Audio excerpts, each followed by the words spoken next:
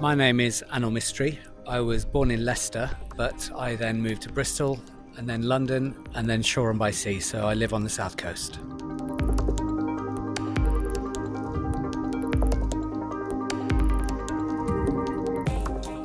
I would like my friends to say that I was a nice person, as simple as that.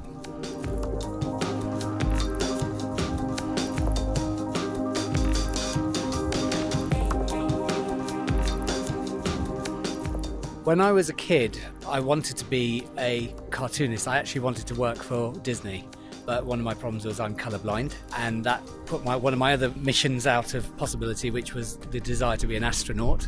But I actually ended up working for Disney, and it wasn't as fun as I imagined.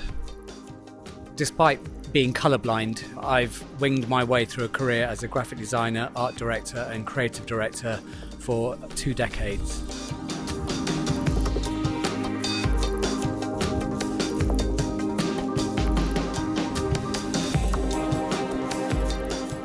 What excites me about this year is the fact that at the moment I'm going through something and I can't even pick up a camera or do the things I love because I can't be as creative as I want to be, and I'm waiting for it all to be over. I've got a million things I'd like to do for the rest of the year.